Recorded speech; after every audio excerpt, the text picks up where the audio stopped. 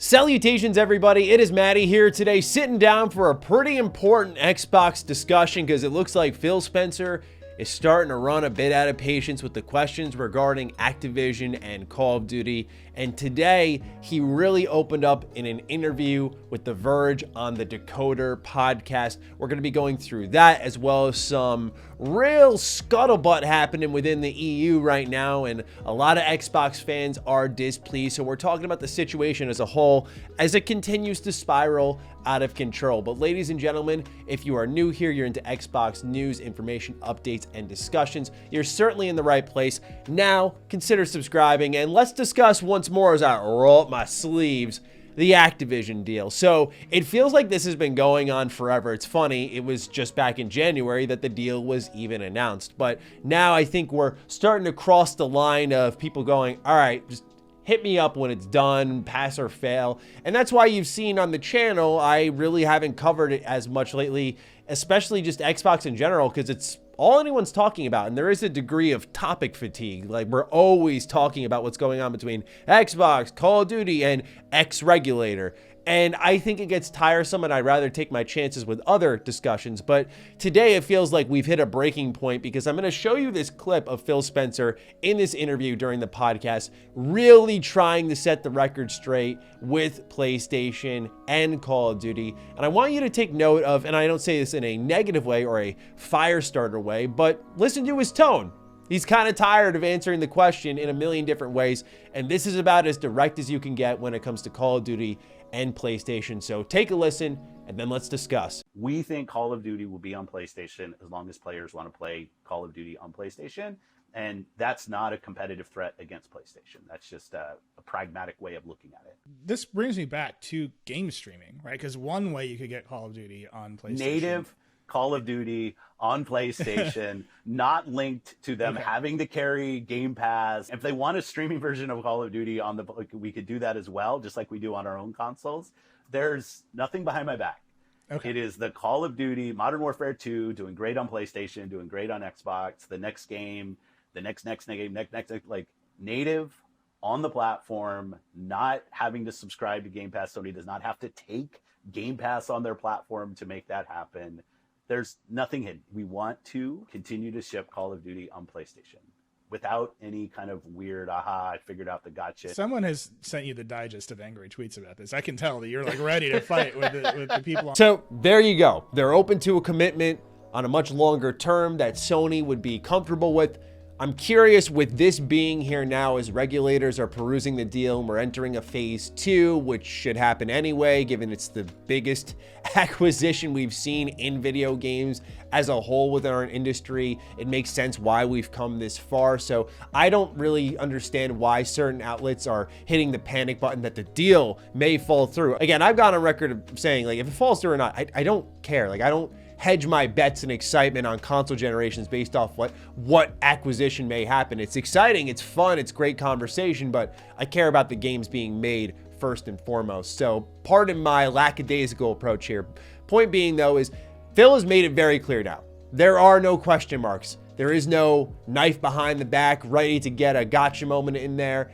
But I think where this all really stems from is the more vague nature that they first approached it from, because they are businessmen and women over at Xbox, and I'll take my L because my first call was that Call of Duty would go exclusive to Xbox. But I think, given the vague nature of their comments, that's what they did want initially, because now we're here where he's saying native on PlayStation, no streaming, no trying to get Game Pass on there. Like, they have to be this crystal clear, which is refreshing. But the question is now, why didn't it start off that way? And it's because I think their intentions were much different to see how far they could get with this deal before questions were asked, before concern really erupted. Because if they could get away with Call of Duty on Xbox exclusively, I do think they would have done it. I love that they're going to take the Minecraft approach, as they're calling it. I am totally for that, because we've seen how Minecraft has grown, and I'm not going to pretend to be a #1 Minecraft fan here. Like, my days of Minecraft were back in high school. But I like that they're trying to diversify it a bit. Here's Minecraft Dungeons, here's Minecraft Story Mode, and to me, more interestingly, is here's Minecraft Legends. That game looks legit. So I like that they're going to take that approach to Call of Duty, because to me it says more spin-offs, more experimentation, and not the same bread and butter that you've got for years and years and years. I do like your standard Call of Duty on the rare occasion nowadays, but I'm here for a little bit more. So I like that they're taking that approach, and it seems like they're trying to make it clear here, like, we just want to get the deal done, and we are not taking Call of Duty away in any way, shape, or form. And the reason Call of Duty is so central to this deal is not just the size of it, but as I'll get into it later in the video, it's what regulators are talking about. Like, they're citing Call of Duty and PlayStation in their conversations. Like, this has nothing to do with Crash or Tony Hawk or Singularity or Prototype or any of these IP. Like, no one cares about that anymore. It's just about Call of Duty and PlayStation, probably in perpetuity. So I'm curious to see what deal they can strike here and if it'll be enough, because one thing that we've seen is a lot of kicking and screaming from PlayStation. And are they kicking and screaming to get this type of deal, which is something that we had talked about especially a lot here on the channel and in Defining Duke, is I was of the belief they're kicking and screaming to see what they can get out of the deal. Just like at the start of this, Xbox is seeing what can we get away with, and that's kind of backfired on them to some extent. I believe that PlayStation is saying, you know, what can we get from this? So now Xbox is bending the knee here. Will PlayStation continue to twist their arm to maybe get rid of the Game Pass option? Because I think that's what Microsoft's golden goose is here. Like, that's the one that they want. They want to have Call of Duty as an option on Game Pass, and I think they should be able to offer that. If this is a deal about trying to make things better for consumers, having Call of Duty everywhere, giving it the Minecraft treatment where you get more spin-offs, more approaches to that content, and support it on more systems like Nintendo Switch, then I think it's only good for the consumer that they also have a Game Pass option. You can't argue to me that that's a bad thing. And I'm not saying Microsoft is the do no wrong company. Certainly I'll call them out when I feel it's necessary. But now we're starting to get to that place where what is the complaint with this deal now if we're not taking anything away? It's different with Bethesda, where Starfield, Redfall, etc. are being taken away. So keep that in mind. But yes, the conversation did go on beyond Activision and Call of Duty, and it got a bit into Keystone. This is a subject we got into a bit a couple of weeks ago on the channel, where I said things were starting to really change with Xbox because they were working on Keystone and really going into this cloud gaming department, and they're still going in that direction, but it seems that they're taking the more app-driven approach here. Because let's read this bit of the transcript from the interview where they're talking about Keystone, and they write, "It was more expensive than we wanted it to be when we actually built it out with the hardware that we had inside. We decided to focus that team's efforts on delivering the smart TV streaming app. It was really just a direction. Okay, we're going to focus our effort on our partnership with Samsung and where that app might continue to show up in different places over time. With Keystone, we're still focused on it and watching when we can get the right cost. When you have Series S at $299, and during the holidays you might see some price promotions, and you obviously have Series X higher, I think in order for a streaming-only box to make sense, the price delta to S has to be significant. I want to be able to include a controller in it when we go to do that. It was really just about whether we could build the right product at the right price, or if we couldn't, how could we focus the team's efforts? We decided to go do the TV app with Samsung, and we're really happy with the results there." So some people thought like this thing was canceled, but it's not. They're still going to do their streaming box. It's just a matter of when. And I agree that the pricing point here is really important to get right, especially when you're talking about a cloud gaming device only. A lot of people were hard to buy into the Logitech G Cloud, even though I think that thing is awesome. I understand why. It certainly is a premium product, make no mistake about that. So I understand why Xbox is trying to find that right price point, and especially when you can include the controller, you kind of want to shoot beneath Stadia or around Stadia's range, but still you want to make this the perfect entry point for cloud gaming. So they aren't abandoning it. They are focusing on the streaming apps. And I think that's smart, because to have Game Pass reach every consumer possible, you want this to be on every device and kind of give it the Skyrim treatment where it's on your fridge, it's on your Alexa, and so on and so forth. So with that, we move on to one last tidbit in this interview, which has to do with mobile gaming. this is a big focus for Xbox, so prepare your bodies here, as the article reads. That's just a place where if we don't gain relevancy as a gaming brand, over time the business will become untenable. We're not alone in seeing this. This is true for any of us. If you're not able to find customers on phones or on any screen that somebody wants to play on, then you are really going to get segmented to a niche part of gaming where running a global business will become very challenging. So the interviewer pushes, saying, let me push on that a little bit, draw that out. So you're saying if you don't initiate customers on their iPhones or their Androids and they're not playing there, then eventually the Xbox becomes a niche part of gaming that is not globally sustainable. To which Phil says, well, let's just start with console all up. And maybe this is vocabulary, but it's how I think about it. Let's say the gaming industry right now is $200 billion and maybe growing by 9 or 10%. That is probably a 2021 number, but let's just use that. If a console as a business is flat and a PC is basically flat, yet it's still growing 9 or 10%, that means all of the growth is happening in mobile. This has been true if anybody looks at the numbers for 5 or 6 years. All of the growth in gaming has come on mobile platforms. As a percent of the overall gaming business, console business is shrinking because the overall business is growing while console stays relatively flat, as does PC. So for Xbox, beyond Call of Duty, it's really about mobile. That's where they see growth and that's where they want to generate their money. Why do you think, for example, PlayStation wants to make 10 live service games?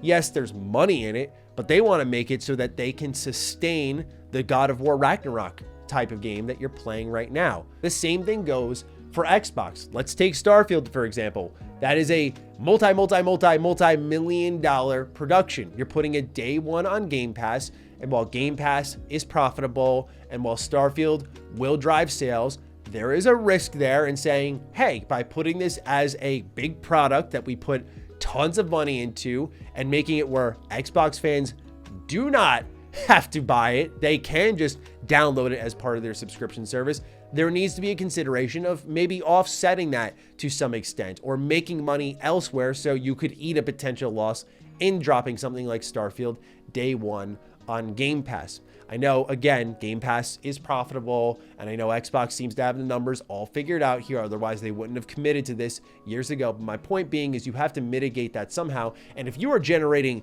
tons of Candy Crush cash over there, you don't really have to worry because the overall Xbox gaming business is doing well. This is something that I went in on in extreme detail on this channel, and seeing it here again, I'm just going to reiterate myself that that's why they want the mobile gaming money, is because it allows them to sustain the stuff we care about. It's one of those things where you just have to let it be. I'm not for mobile gaming, but having Xbox owning Candy Crush, if it means I get more Starfield experiences because the overall revenue pool is great, then that is what I want at the end of the day. If I can still get my big indies dropping day one on Game Pass out of nowhere, like Soccer Stories coming out, and I can also get my nice Starfield games, then you know what?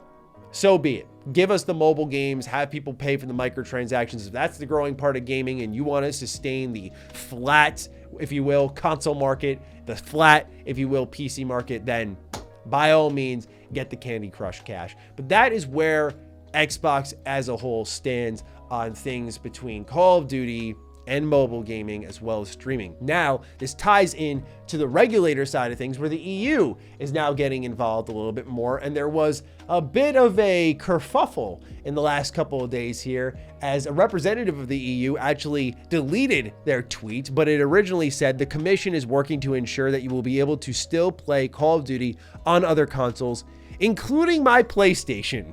And that's now deleted, to which Ricardo Cardoso follows up saying, to clarify, I am not involved in the assessment of the merger and don't even work in the department dealing with mergers. As is clear from my profile, my comments are personal and not a commission position, whose decision will be taken on the basis of the facts and the law. Now, what's funny about this is Ricardo worked in that division for 17 years before this June moving to a new position. And it's funny because you know, the office is pretty much the same. It's in the same building and everything. So this man definitely has influence. That's the reality of the situation. And when you have these types of deals being reviewed, you need the least bias possible. Is this good for the consumer? When someone's saying, my PlayStation, and I have no bias on this. I have no influence on this. I don't work there anymore. You worked there for 17 years, dog, starting about 5 months. Come on now.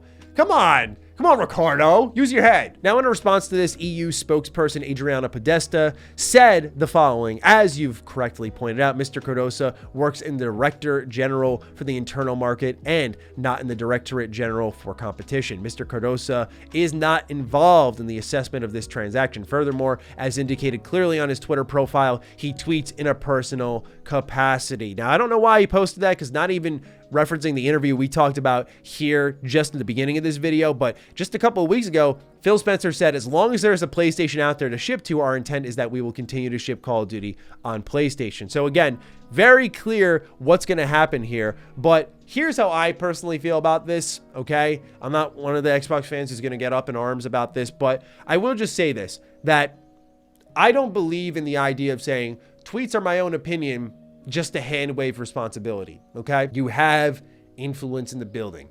You have your own biases, as we all do. That should not, at the very least, be on public display, because it creates a bad look and now has given Microsoft a pretty substantial bargaining chip at the table when it comes to communicating with the EU if they do not like the outcome, because they can say, look at Ricardo over here. Look what he said. And make no mistake, tweets play a factor, because Microsoft, as a part of their argument against the UK with the CMA, used a Tom Warren tweet. I think that this is a pretty big bargaining chip for them, but that's the situation as a whole. It's pretty crazy, man, but still very interesting to track. And I wanted to make sure I did a nice catch-up video here to just cover all that's transpired. With that, I dish it to you now. What do you think about what's going on here with the EU, with Xbox, Call of Duty, mobile gaming, and of course, streaming? You let me know down below. Other than that, follow me on Twitter, follow me on Instagram. Those links are in the description down below. And a big thank you to all the patrons and all the members who continue to support the hell out of the content here. Stay sexy, stay active. I love you all. Peace.